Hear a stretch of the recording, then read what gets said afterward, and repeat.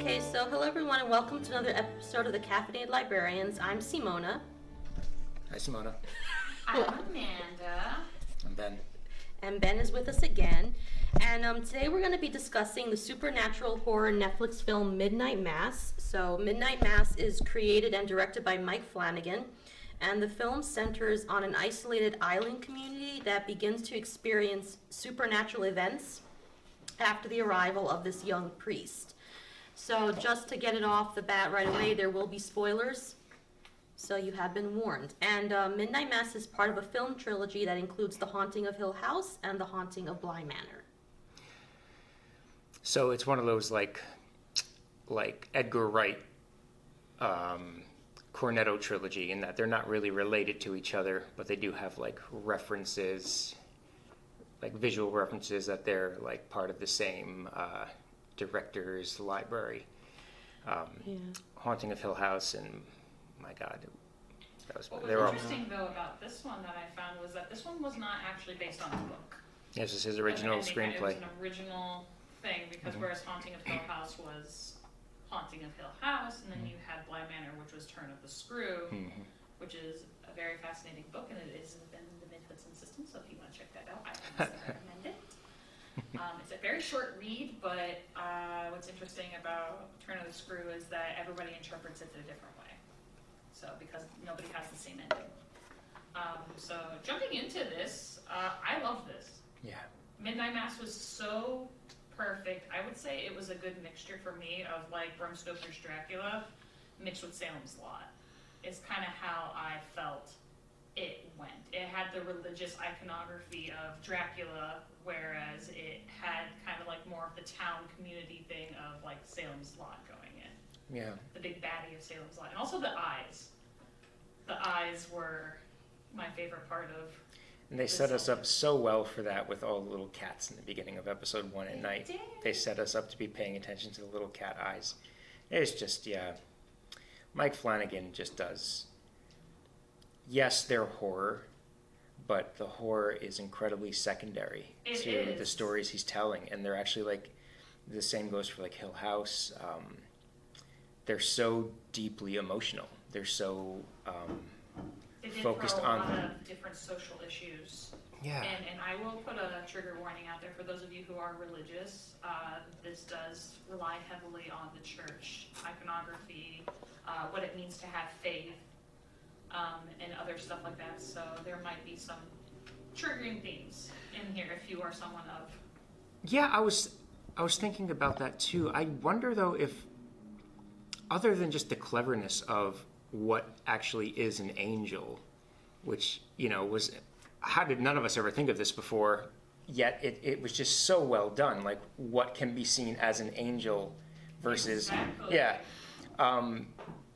there was, the design of that series doesn't seem to be to offend or like be provocative towards religious people. There's a lot of reaffirming things about faith in that too. And I'm not. It's very interesting that it basically showed that faith can be many things. And it doesn't really matter what it is you believe in as long as, there's always faith will always be there to pick you up when you're down. Our main character was a man who grew up in a very religious family, it looked like, and unfortunately made a bad decision and killed a girl. Yeah, and that's like the meat of this series is just the exploration of grief and trauma, sort of like Haunting of Hill House. And basically anything Mike Flanagan touches, he has a real understanding of grief, and he shares it really well with an audience. I didn't realize that until I'm looking back, I'm like, Hill House was all about grief. Yeah. And Bly Manor even touched on grief a bit, because I think there was the church scene in Bly Manor too, where they talked about stuff that. And so I think Bly Manor also dealt with just a lot of dead people. So there's that. So going back to the angel part, I think me and Simona were briefly talking about this. This is where it kind of struck me as I didn't know this was going to be a vampire story. Me neither. And it completely caught me off guard until he entered the cave as the old man. And then he came across this thing. I thought it was an angel. And I still kind of kept hope. I was like, it's like a demon. He thinks it was like maybe a fallen angel. angel, because if we look at the picture wood carvings from like Paradise Lost and stuff like that, we see fallen angels usually have like the bat wings. So I was like, ancient like evil, but we've also had this trend recently in the past year where people have been figuring out that angels are not as pretty as the Bible describes them to be. So it's very interesting that he was like, angel, but then he like bit his neck and he drank his blood, and I was just like, vampire. And that was, I mean, all so well set up. There was such a, all this, what it was like to go to church, and when you'd have the communion, and like, this is my blood, and we're drinking blood. Legitimate and blood. it's all these things that, like, I guess raised like Catholic, I just never thought of it as anything but this one nice little religious tradition that we do, and then we go sit down.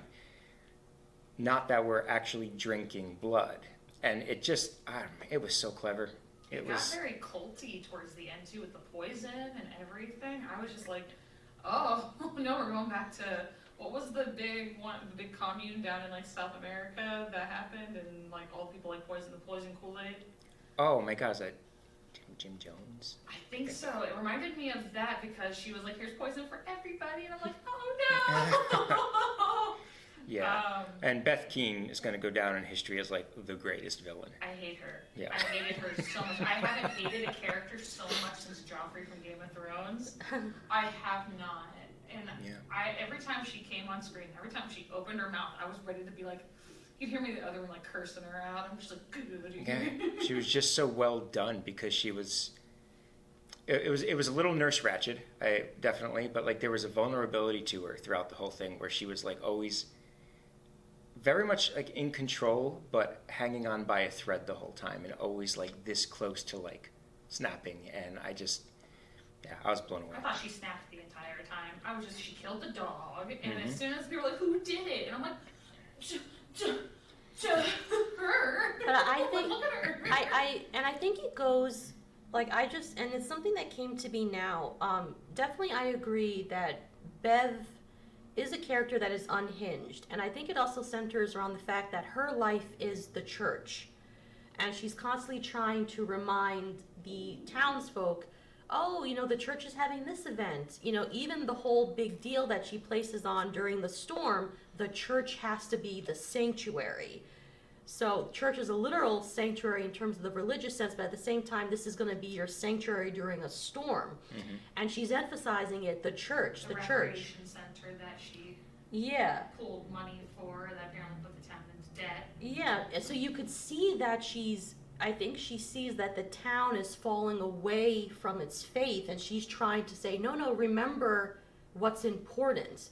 Like, even when the sheriff suggests, no, we should go to the school, and she's quick to say, the church has always been the sanctuary. So that was very important as to what her mental state is like. And another thing, too, the scene with the dog did break my heart, because it's an innocent animal. And the fact that, yes, they were gathered around, and I think they may have felt some sympathy, but I think the reason why Bev was able to get away with it is because, first of all, Joe is a character that, for the most part, he is terribly disliked. One could argue... He also caused a little girl in the village to go paralyzed. Yeah, so I think Bev knew that the sympathy for this character is few and far in between, so I can kind of get away with it. I saw it as that too, where she knew, well, if this happens, okay, people might cry for the dog, but they may also see it, well, he got what was coming to him. Because that's how I kind of saw it too, and I think she understood that, and she manipulated that. I would have shoved another poison hot dog down her throat any second. And they set it up well because the dog barked at her. Like, it's like classic cinema, the dogs bark at the bad people. Mm-hmm. And so she felt threatened, and just her absolute, like, ice stare throughout that whole thing. I like that. I'm not gonna lie, like, I grew up in North Carolina, and I grew up in the Bible Belt, and as someone who doesn't adhere to a faith of any kind, it's one of those things where I just saw her as a complete villain. Oh, yeah. Because of how she treated people, because, like, personal experience-wise, I was treated a bit like that, and it was awful. It was an awful experience. And it's kind of funny now that I look back on it because I told Simona a funny thing was in school I was told I couldn't read Dracula by a couple of girls, and I was like, why? And they're like, it's the devil's book. And I was just like, but it's in the library. But it's funny that we're talking about vampires and stuff in this new series.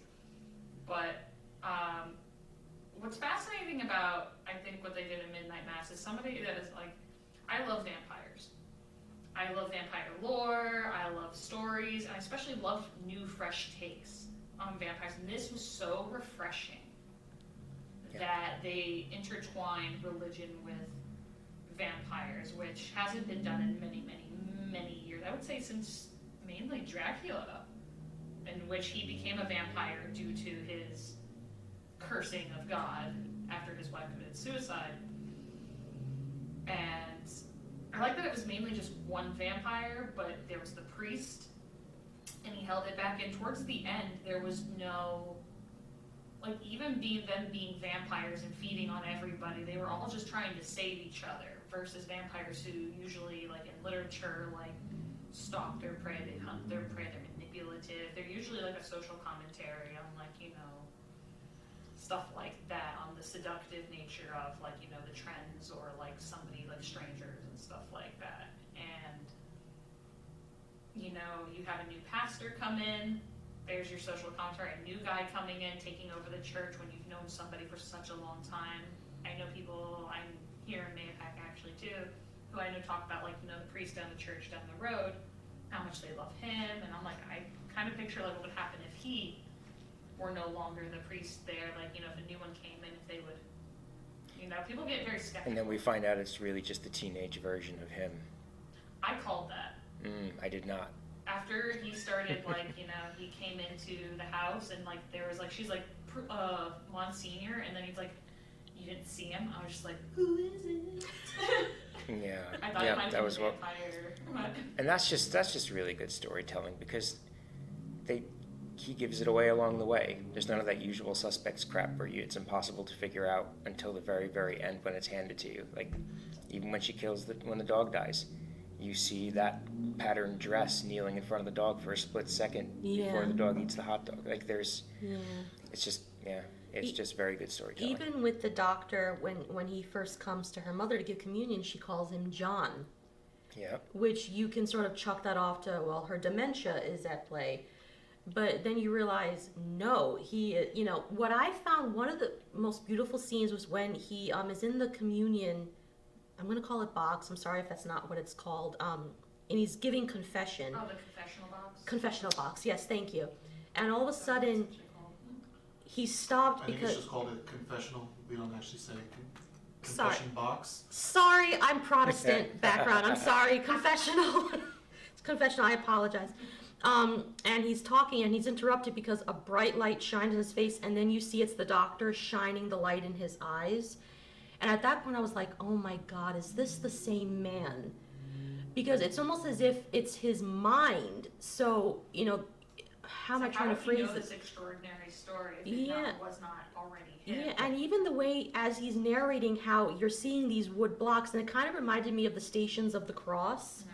And I'm like, this is so well done, because as he's narrating it, you're seeing these wood blocks, which are gradually getting more and more terrifying until you ultimately see the vampire. And I'm like, oh my God, it was so well done. But I love that scene where the light shines and he stops and you see that the light is in his eyes. So he's basically, his mind has woken up and he's back in the present. So I just thought that was so well done. That was one of my favorite scenes, the way it was shot. It's very well done. I think that'll be considered like one of the top 2 episodes in the series, is that one that you're talking about now. Yeah, it's just... And throughout, like, from episodes 1 to 7, watching everyone get gradually younger and healthier. Yeah, that was freaking me out. Yeah. I was like, is that what's going on here? And no one's questioning it, like, honestly... Because they think it's a miracle. Yeah, you don't question a miracle. And I understand that too, but at the same time, I was even thinking about the doctor, like, because you could gradually already see it. It's science The subtle difference, and I'm like, oh my God, she's getting younger. And then finally you see her, and I'm like, is no one gonna comment on the fact that this woman has just de-aged? She's younger than her daughter. Like, how many years? And I like how the daughter's like, it's a miracle, or like, actually it's more like, it's science. Like, I don't know how to explain it, but there must be an explanation. And I'm like, okay, like, you go tell me, that your mother now looks like she could be your sister. Or even like the scene. Yeah, and I didn't even realize that subtly even Riley Flynn's mother was de-aging. Yep. First of all, like, Father got up, his back wasn't hurt. she didn't need her glasses. Yeah, she didn't need her glasses anymore. Mm-hmm. Yeah, and it's so funny because you really want to believe this, like, these are miracles, but like, honestly, when I watched the trailer, even before I knew what the reveal, I said, these miracles are coming with some kind of heavy, like, price. There's always a But price to is it not a miracle? You're drinking the holy blood.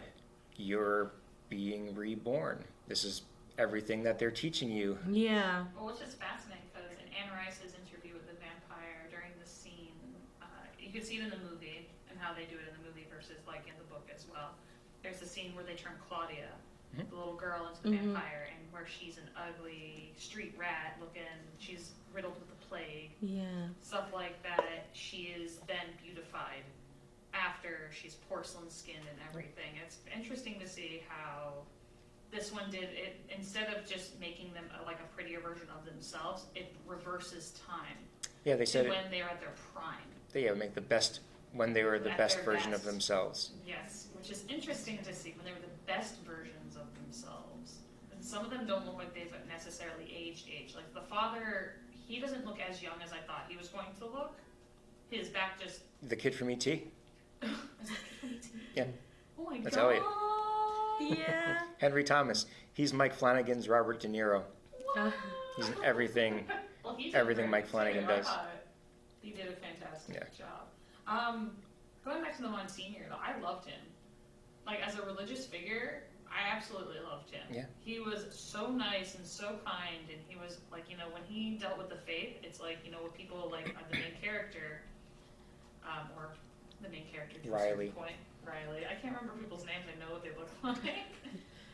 When dealing with Riley and his lack of faith after being in prison and dealing with his accident, he never gave up on him. He even understood. At some point, he was like, I can understand where this is going, and tried to walk him through it and actually try to understand instead of pressuring him necessarily to join.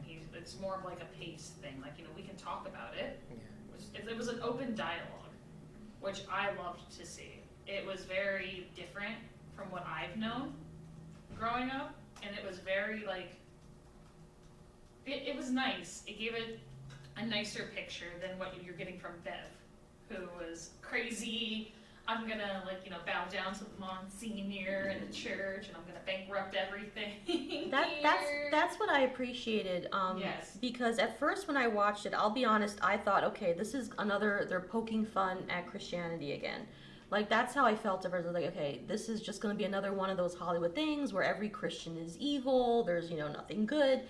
And then as I was watching more, I said, okay, fine. Like, I changed me. I said, okay, fine. There are decent people, there are religious people, but they're not all crazy and psychotic. They're not all, like, ready to burn you, pitchforks. I'm gonna poison my dog with hot dogs. Yeah, I was very happy. But I definitely like Father Hill, I think, is a good example of if you claim to follow Christ, behave as Christ behaved. So yes, Christ, when he saw the woman who sinned, he didn't say, oh yeah, continue sinning. He said, go and sin no more, but he didn't throw any stones. He said, he was without sin, throw the first stone. And I think a lot of Christians, because I grew up in the church as well, forget that message. And you become hypocritical, you become judgmental. Well, that's where the big theme, like the Yeah. sheriff, comes into Yeah, play. and I Bev love has the called sheriff. him- Yeah. Bev has called him a terrorist Yes. because of his Muslim faith, and Yeah. he's honestly doing a great job being a part of the community, trying to help people, raising a son on his own. Yeah.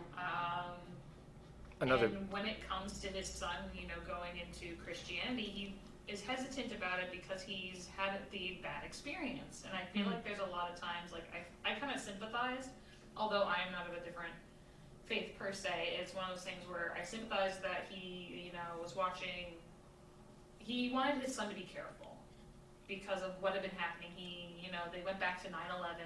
And, Beautiful monologue, the look of Muslims. He told his whole life story about becoming an officer and how that was still prejudicial. He wanted to just help people, and unfortunately he got stuck with tickets and doing stuff like that. But then he moved to the island, took the gig. As much as his son finds it boring and it's not for him, he thought it'd be a safe place, but he's still filled with hate. There's still, people like Bev out there who use, I'm not gonna lie, the Christian faith. I think she was the wrong person. I think she embodied what you're saying, like the hypocritical side, was that she viewed him not as a person. She viewed him on the religion and some of the deeds of some of those people had done. A select group of people had done. Led to the funniest line in the last episode when he's gonna light that last building on fire, and she's like, "Are you just a terrorist?" And meanwhile, she's burned every building in the whole town. But I liked what I appreciated too is because yes, you get a lot of, it goes without saying, negative portrayals of Muslims in our culture. That goes without saying. But I liked his character because he was a man of faith. He is devout, which shows that you can be devout, but you don't have to be crazy or fanatical. And I liked him. I found it heartbreaking too when his son decides to go to the church and he says, "We have God. We don't need to look for him. We have him already." And he said, and I miss praying with you. And then at the end, because it's not a singular activity. No. Families pray together like that, just as they would in a Christian or a Catholic church. Yeah. And at the end, which I was telling Ben, the ending is one of the most beautiful moments. I almost cried when I think you see worship in its purest form. At the very end, when they're exactly, and when the community comes together and they realized, what have we done? And it's Annie who starts leading them in song. And she starts singing, and everyone starts singing. And then you have the sheriff, whose name is Hassan, and his son Ali, and they're on the beach, and they're praying together. So everyone is worshiping God. Everyone is coming. Getting emotional. Yes, everyone is coming together in the purest form of worship. And basically everything, okay, we might have been literally killing each other a few minutes ago, but now we're going to come together because we are a community. And even though the physical church has burned, a lot of times in the faith we say the church is also the community of Christ. It's not just the physical building. Mm-hmm. So even though that's been destroyed, you can still worship. Well, that's still an interesting fact too, is the end is that Bev is alone. Yeah. In the whole thing, because her relationship to God was not a multi-person relationship to God. It was a singular relationship, devout relationship to God, and she felt that as an individual, you have the apostles, and they do bring up the apostles, like the Monsignor brings it up that the people he's turned into vampires will go and spread, the joy and the news and the gifts. And Bev is that individual who, she's alone. She's not married. She's never been married. She doesn't really have friends. Per se, I think the community puts up with her. Yeah. I don't think she necessarily has an outstanding relationship with the group. They just kind of know her as that church chick. But at the end, everybody is together. You have the sheriff and his son together, and then you have the community coming together despite the hardship that they just faced and the tragedy and everything. They lost everything. Because she burnt all the houses down. Dumb. And at the end, she's on the beach and she's watching them pray, and she's looking up at the sky, and she starts digging a hole. Yep. Trying to escape from the sun, and it shows that it's this. It was honestly kind of fitting for her to end alone, because she tried so hard to create God's army, and then she tried to pick who was going to stay and who was going to go, and it was disgusting. That old man, he was like, "I killed my wife." The guy who turned, that was so sad. Moving. And then that guy, what was his name, Serge? It was like, "Come on, I'll go with you," and I was just like, that is disgusting to decide who. First off, it's a tiny village. it's an island village. It's a fisherman village. Mm-hmm. And if I know anything from my anime watching, fishing villages are tiny, traditional, and very, like, you know, close-knit with each other. The fact that she was like, no, you killed your wife. That's awful. Like, do you know what else these people have done? The one teenage boy with the long hair, who was one of the altar boys, literally was like feasting on everybody in town. If anybody was good, I would say it was probably Riley's parents. The father was walking around like, well, what's going on? The mom was walking around. And they didn't feast. They said, really yeah, we're hungry, feast. but we're not going to do it anyway. Yeah. I like everybody that. else in the background, just see them going, like a feral vampire on Which is so funny because it was useless because everyone just died and came back anyway. Like, it was just... I think that was the point, is that Yeah. they had to die, but the blood, like you saw him eat Joe I at liked that point, too. Yeah. that Bev was the one that ended up trying to save herself at the end because, you know, she was the faithless, she was the fraud. Exactly. was- She wasn't prepared. You're waiting for her to get her comeuppance the whole movie, and they save it beautifully for the very, very, very, Knocked very her end. face Yeah. off, and I was like, yeah. I like that. That's the one aspect they showed, is that everybody kind of like, you just see a bright light, or like, you know, you watch Riley die, but you don't really see him die. Mm. It's more like the flash, and you see him smoke up and stuff like that. But you see, Bev's face gets Yeah. seared off. You get to see her full death, which I think was not as satisfying as I wanted her end to be, but it's still satisfying because I hated her so much. I just wanted her to die like the worst death, like the goriest death ever. But It was in like the end, it was an awful death for her. what Riley's mom said. God loves everyone as much as you. You're not special. I loved and her it was for just that. like, she's That going was the when way it became the difference, is that their relationship to God was different. It's like, it's not one person's relation. It's different how people interpret their relationships with God and how they, you know, go about their faith. But Bev never made it. She tried really hard to make it what seemed to be a community event, but it was never about the community. It was No. about herself.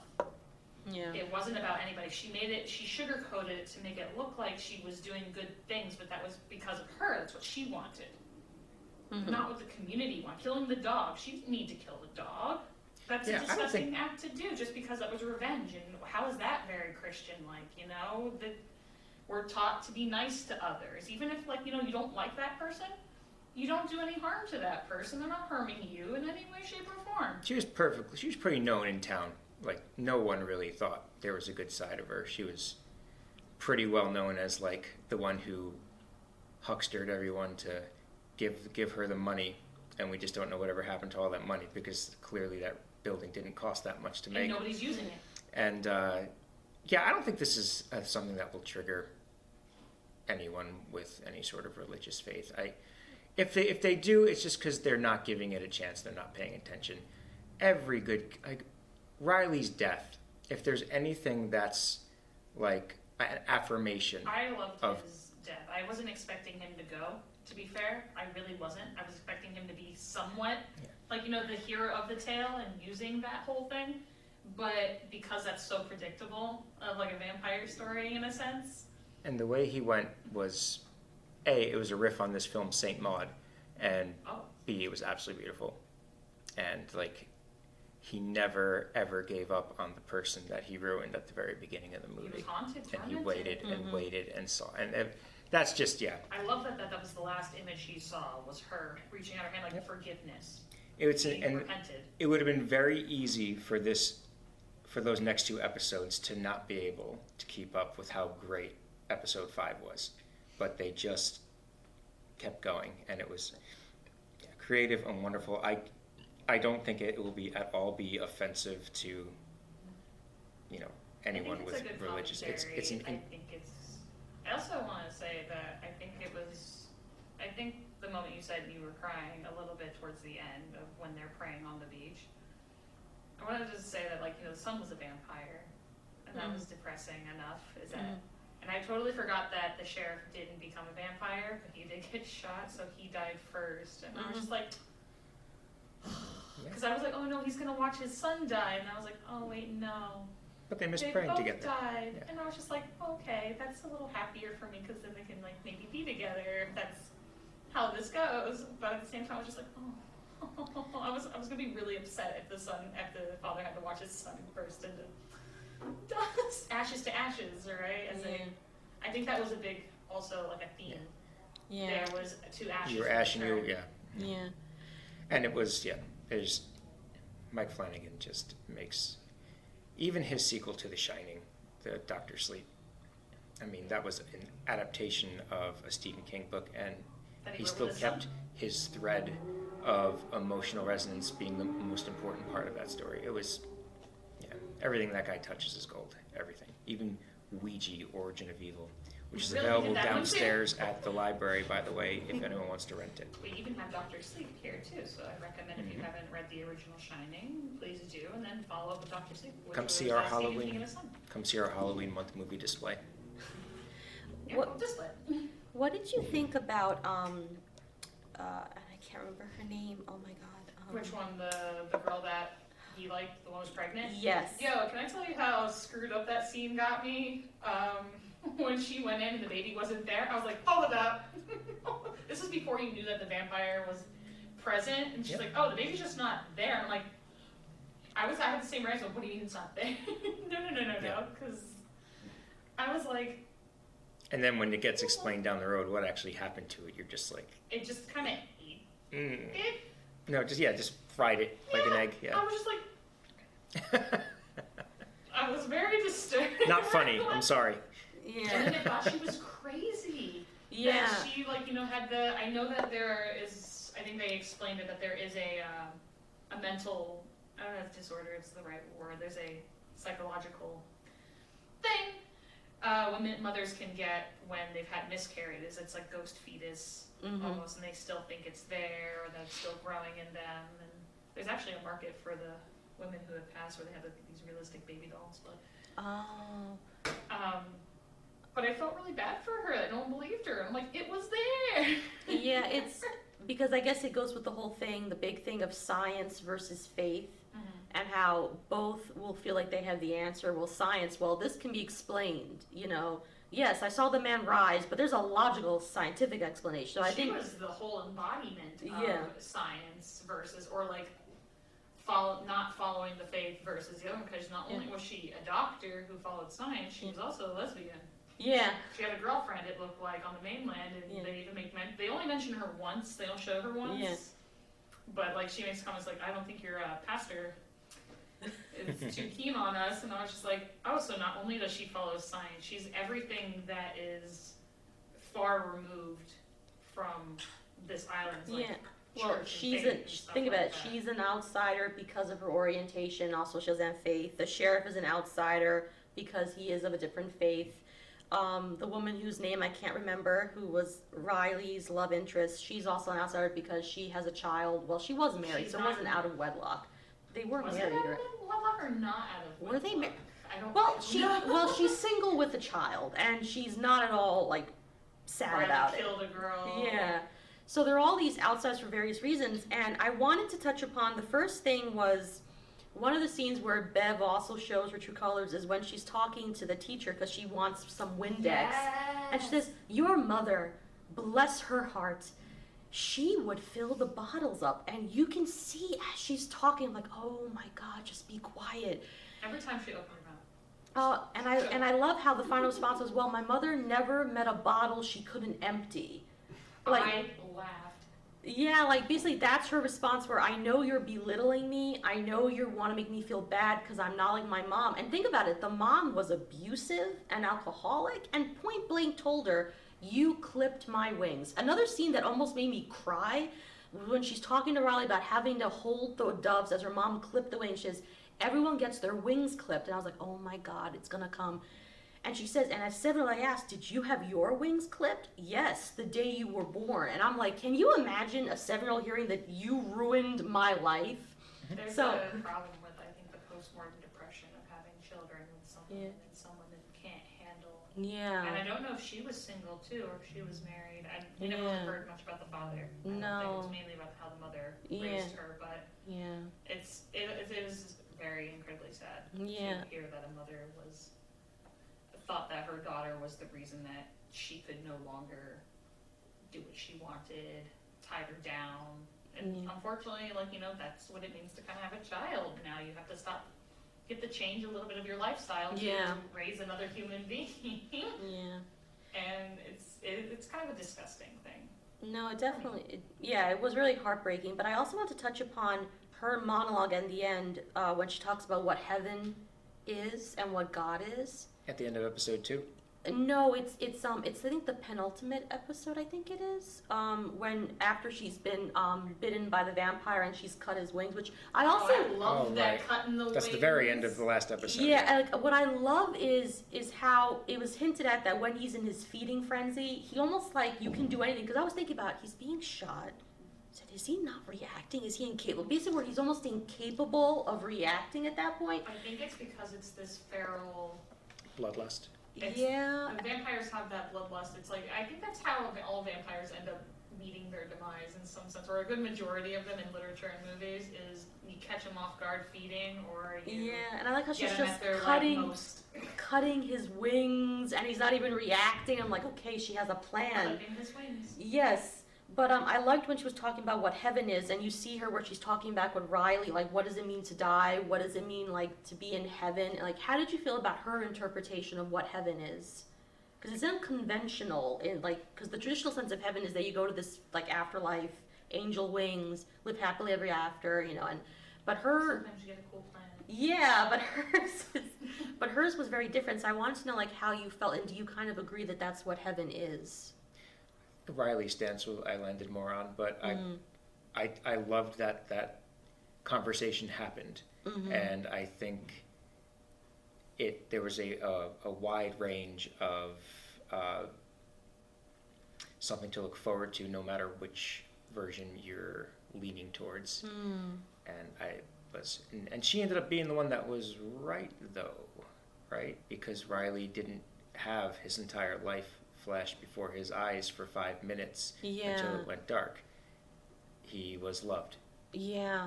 And I feel bad because, like, I wonder if Riley realized that he was loved, because I was even thinking back to the conversation his dad had with him, which was very heartbreaking because his dad, dad had two come. The first one when he first comes home is saying how, your mom has been praying for you.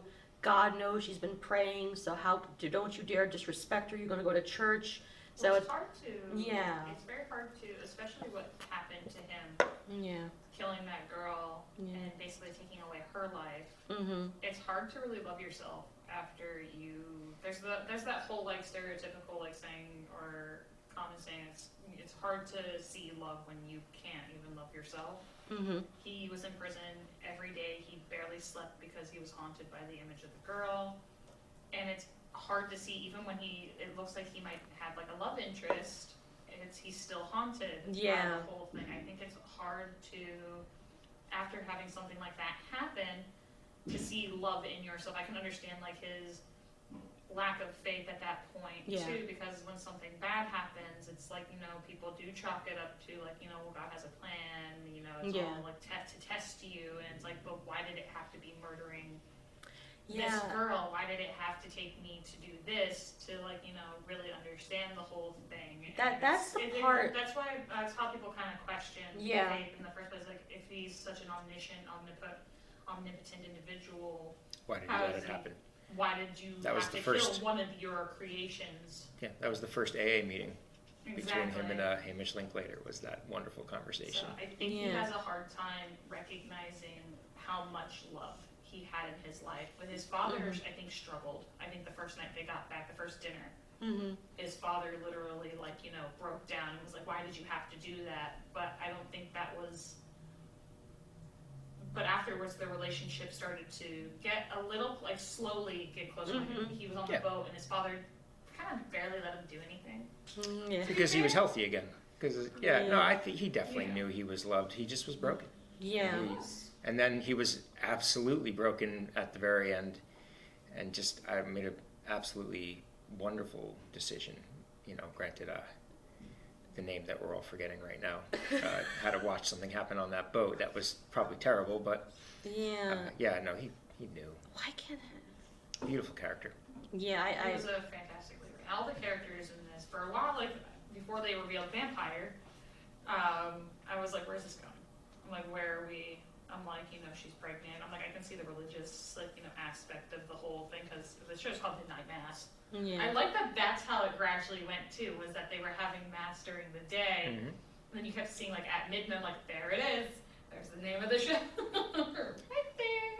Yeah, it's a shame I can't remember that character's name, because she was... Oh, yeah. It's Kate Siegel's the actress, right? Yeah, I think so, yeah.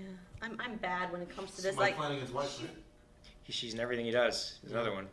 She's That's what I also was his saying. De Niro. His other Robert De Niro. He's got two. Yep. Yeah, I didn't realize that was his wife until I Googled it, I guess. I also think the most beautiful scene to me was actually, I think it was the second to the end or the end episode when everyone's dying. I love That's the definitely the priest's last episode. redemption. Yeah. The priest's redemption, because he started going cuckoo caca like crazy. Halfway through the show, he was really nice. Then he was driven by the bloodlust. Also, I really liked the scene. It was a nice little gore scene for me. It was, since I'm a huge fan of gore and how people do it, him eating Joe's head was great for me because it was I'm done with necks. He was just sort of that part was drinking great. out of the top of his head. He wasn't eating the head. I love it though. Yeah. I was so happy with that. It's like an Yay, ice pop. Boo necks. I'm like, give me something. There's brains sticking out. I was like, yeah. I felt so bad not for a- him. I felt really bad, but I was so happy that that's just the scene. Because he was vulnerable and he's shaking, and I was saying, oh my god, he can't even move, and he's just shaking. Yeah, but Joe got his redemption when Yeah, he was he did. forgiven by the girl. So Lisa. that was the end of his character arc. That was a great Get off the scene. stage. That I hate you, I forgive you, but I hate you Yeah. still. And Oh, what I that love was- that is that she can forgive him for what he did, considering that he was impaired. But Yeah. at the same time, she hates the fact that he took her life away Yeah. from her.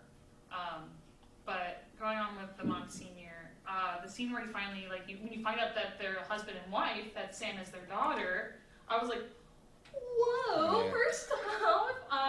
I think her mother was actually the one to notice that the Monsignor was no longer in his right mind. She literally was like, don't ever go to that church. It's not Yeah. the church I Yeah, know. that wasn't And then you're subtle. like, why? And it's like, maybe it's just a community thing. Maybe it's just too different for her now. Although he started getting really aggressive, especially on, what was it? When he was he literally mic dropped in the middle of one of his sermons, we're gonna do great things, and he just walks off. I'm like, all right, Kanye, calm down. But when you find out that they're husband and wife, and he's like, I didn't want you to get hurt, and why he went on the trip, and she's like, she had to stay behind, and she did want to go with him though. She's like, I would have gone with you. I thought that was utterly beautiful, is that they come out of the church, forgiveness. She forgave him for all these atrocities. She forgave him for leaving. She forgave him for not being the father that he should have been.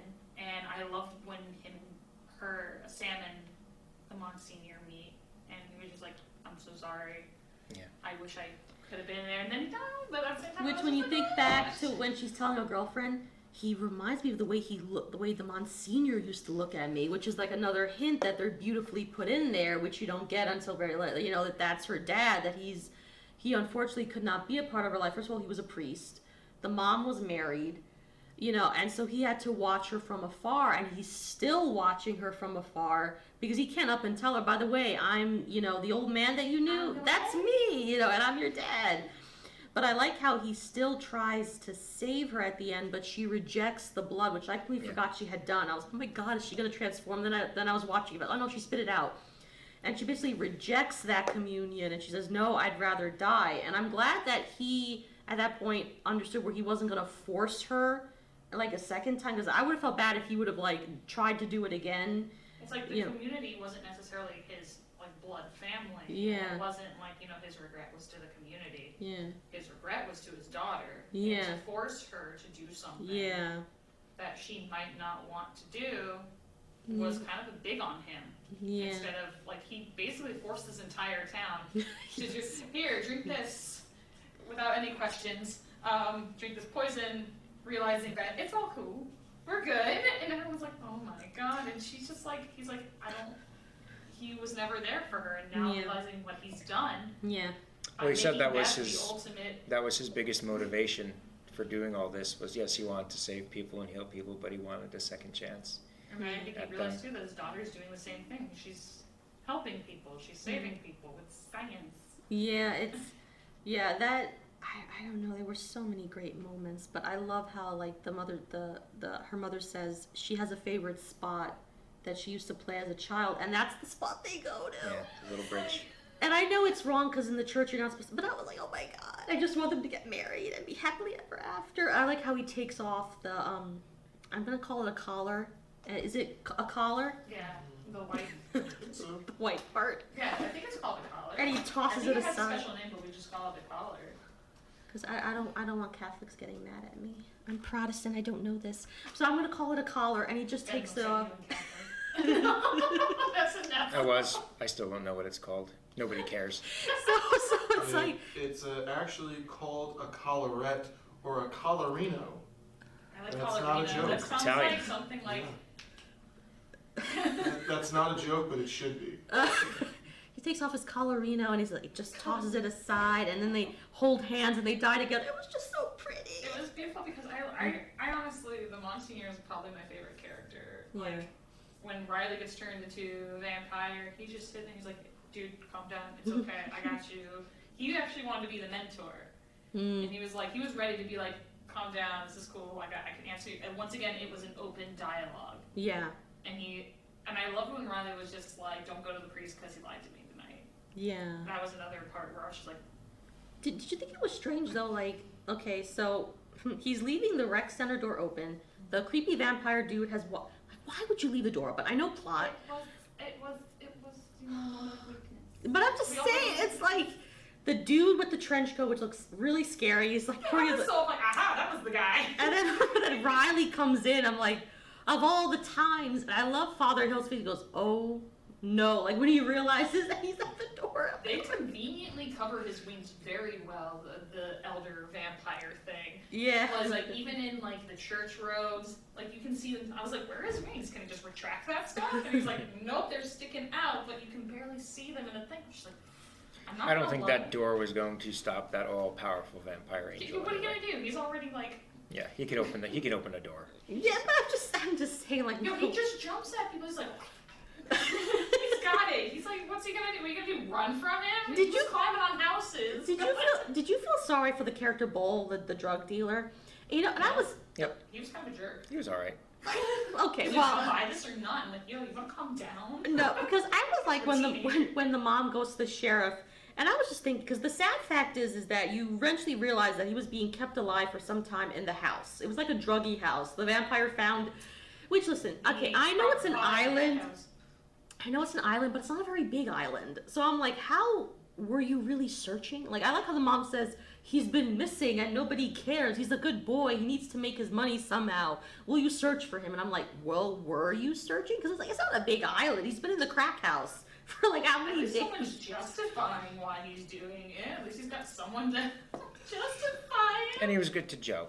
He was not a bad character. He was No. not. He But just wasn't excessively present for me to really like be like, do I like him? Do I not like him? He was expendable to me. But I love the So- sheriff when the sheriff goes, so if I were to check your pockets, I would find it. He goes, no, you'd find a fist up your, you know. I died. I was Yes. like, yo! Which I love, and I like the sheriff goes, come again. And I like how Joe goes, oh, he hit this Joker. Another actor that's in every single one of Mike Flanagan's works, Joe.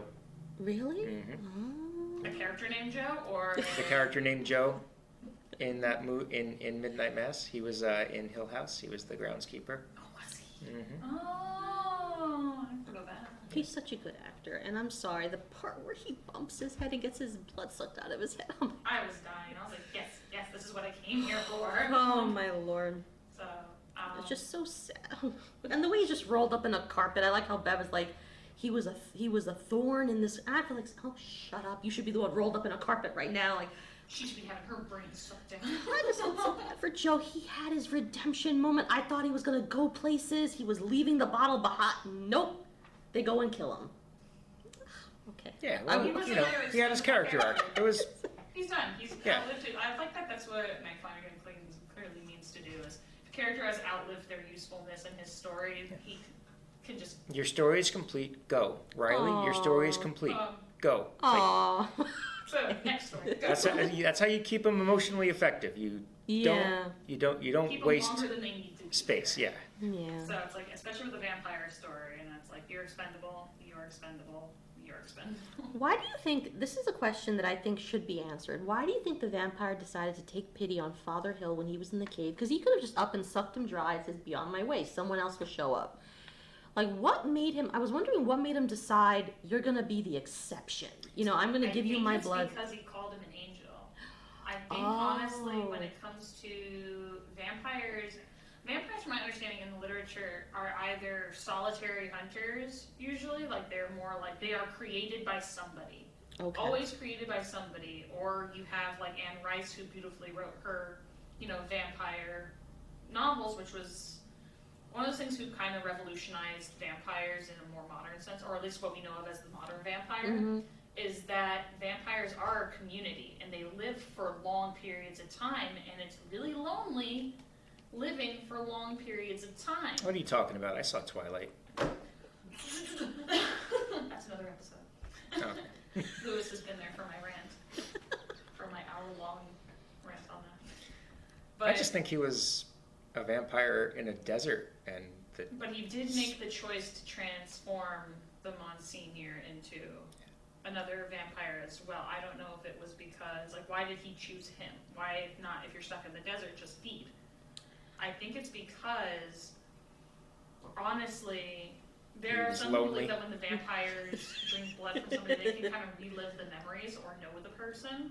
There's that aspect. We're not really sure. I don't know how Mike Flanagan, if he did an interview, I'd love to pick his brain about what he was going through when creating the vampire. But there might be a sense in which, if I follow this man, he might lead me. He basically lives in a small village where no one would really matter if all these people died. if you go all the way back to like 100 years ago, I think I mentioned this in the last podcast, Nosferatu is having its 100th Yes. anniversary. This vampire, other than the wings, looked remarkably like Max Schreck's Nosferatu. Reminiscent.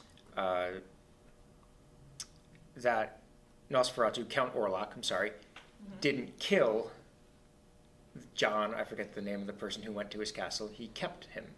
Yes. I think it's just, Well, because He's vampires also, in Wants some order company. to survive in their modern times, as they keep going through the ages, I know Anne Rice did with Lestat, where vampires go to sleep for centuries, and then they have to learn all over again when they wake up Oh. Okay. about how to hunt in their modern surroundings. They've got to know the times, they've got to know the trends. So, like with Dracula, also he did the same thing with Jonathan. He kept him there, and he taught him about the outside world and what's been going on, development, architecture, art, stuff like that. And you as he need fed on, someone to discuss the issues with, yes. he needs someone there to introduce him into a modern society, to understand his prey, to know what's going on, to live, be able to live. So you're not very sketchy, but you're always going to be sketchy no matter what you do. And I would love to know I would love to get like a hilarious excerpt on YouTube of like the conversation that actually occurred between the vampire and John to like convince him to, all right, you get in this giant box, I'll fill it up with sand, and we're gonna go on a little trip. Does he even talk? Yeah, sure. The vampire. I No. mean, No, he doesn't. Not Or once. he's well he used. just kind of goes. No. No, because No, he does talk. You know, he goes, get out of here. no, because it's so funny. Because I like when Father Hill, and it's so brilliant. Like, I didn't realize it until I watched someone that Father Hill, the reason why he's transformed is because he's died. I didn't realize that I didn't like. Okay, fine. Because when he's like spitting up all He that was blood. reborn. Yeah, so that's why now he can't have his Sunday masses as he used to. He can't be that happy. And I like how he's saying that prayer to the angel, and you can hear the desperation in his voice, and then the angel comes. It's so epic because he opens the, what is it? The door's already open. But he just walks in a trench coat. He's like, where have you been? He goes, and he goes, just like, shuts up like, I've been doing things. Like his creepy long Yeah. nails. And I love those. And you know what's another thing, too, that I was It's thinking a about? perfectly functional marriage. Yeah. Where have you been? You're late.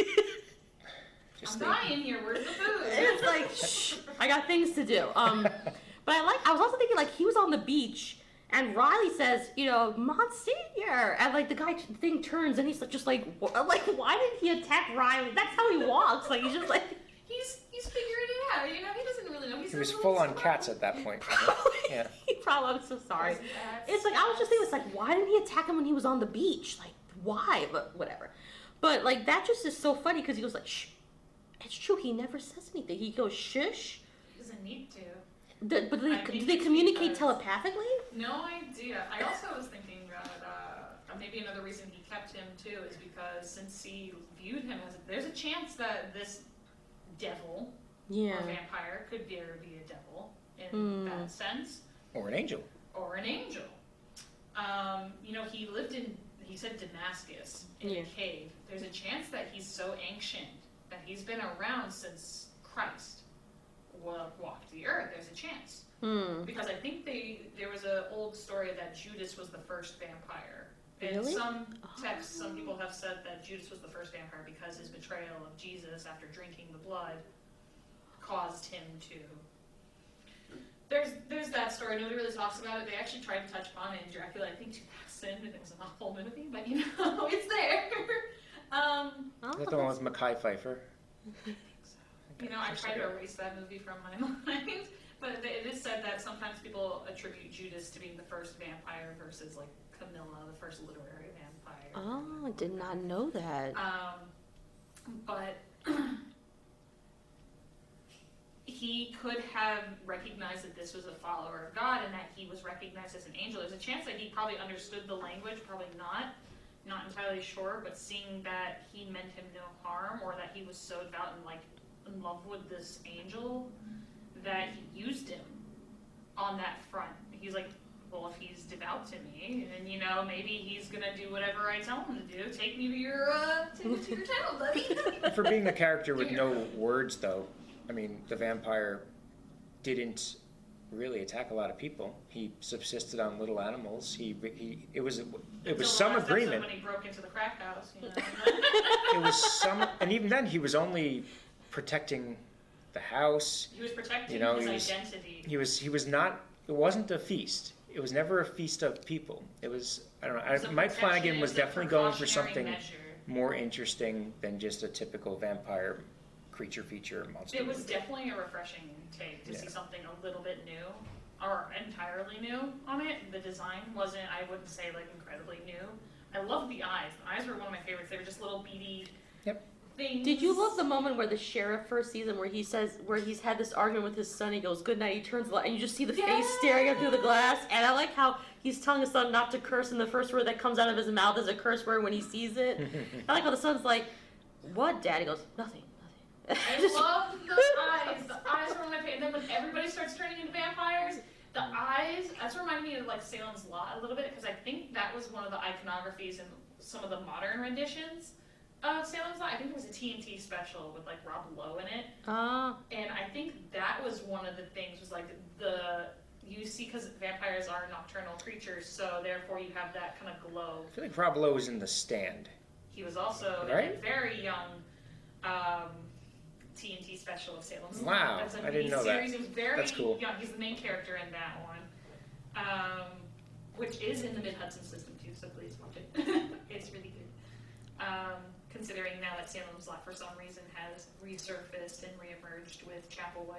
I think they're also remaking it for like a fifth time at this point. As they should. As all our film technology advances and makes everything so beautiful and perfect and horrifying. As long as you all get these the right things should writer be. to do Yeah. it. Get a good writer. Yeah, get a good Mike writer. Flanagan, who's Mike actually Flanagan now for every doing. horror film. No, his next thing is an Edgar Allan Poe. House of Usher, yes. I was so excited that he dropped that. It's a modern rendition of it, a little bit of a twist modern rendition of House of Usher. And speaking of Nosferatu, 100th year anniversary, Robert Eggers, the guy who did The Witch, The Lighthouse, and is doing Northman, I think is the next one. His next project is a remake of Nosferatu. Ooh, so vampires are once again coming back. When are we going to get werewolf movies? That's what I want to know. You're the werewolf. I'm still waiting. My heart still hopes so. So, all right. Yeah, I think Closing thoughts on Midnight Mass? Honestly, a fantastic, refreshing take on the vampire, story. Fantastic look at loss. Fantastic look at faith. One of the greatest villains you'll ever see. Just try not to punch your televisions like I almost did. Simona? No, everything that Amanda said, I agree. It's a fantastic mini series. It touches on so many great subjects, great characters. Yeah, definitely give it a watch. Yeah. Netflix can increase their price by $2 every year for the rest of my life as long as they keep giving me stuff like Midnight Mass. That is probably the best single season series they've made so far, in my experience. I haven't seen. They keep getting better. Yeah, they're just. Mike Flanagan is he's a treasure, and everything he makes right now is just absolute perfection. And what's really good about this series too is honestly it's not jump scare. Not one. Scary. It's not horrific, in which the content is horrific. It's more like a gothic horror where it's more the atmosphere, it's the people that are surrounding you that are more scary. It's more spooky feeling than it is like scary. The horror everything. is absolutely secondary for Mike Flanagan, and yet he still does it better than almost everybody. The horror is in real life versus the thing that's still in the background, which is very true to any gothic horror fiction. Which, if you are ever looking for any recommendations on books or movies, please speak to any of the librarians here at Mayapack Public Library. We have lists, we have bookmarks, we have everything. But I'll tell you, come see me. I love gothic horror fiction. I love your horror book display. You have one that I got. It came out last summer. It's called like The Woman in the Glass, or it's not The Woman in the Window, because that's the Amy Adams movie. But it's on the display downstairs, and I can't get I it. actually just returned a lot of the ones that were supposed to be on display today, including Boatman's Daughter, which is a fantastic fairy tale feel in a classic, kind of a horror story mixed in. There's Imaginary Fiend, which Stephen King has praised. Kind of a take on the whole, what does it mean to have an imaginary friend? Is it good? Is it bad? We don't know. Books like that can be found here. We can find them in the system. I saw Malignant. It's bad. Hmm? I saw Malignant. It's bad to have the imaginary friend. And with that, we're going to say good night and have a good day, and we'll see you next week. Thank you, everyone. Have a great day. Bye.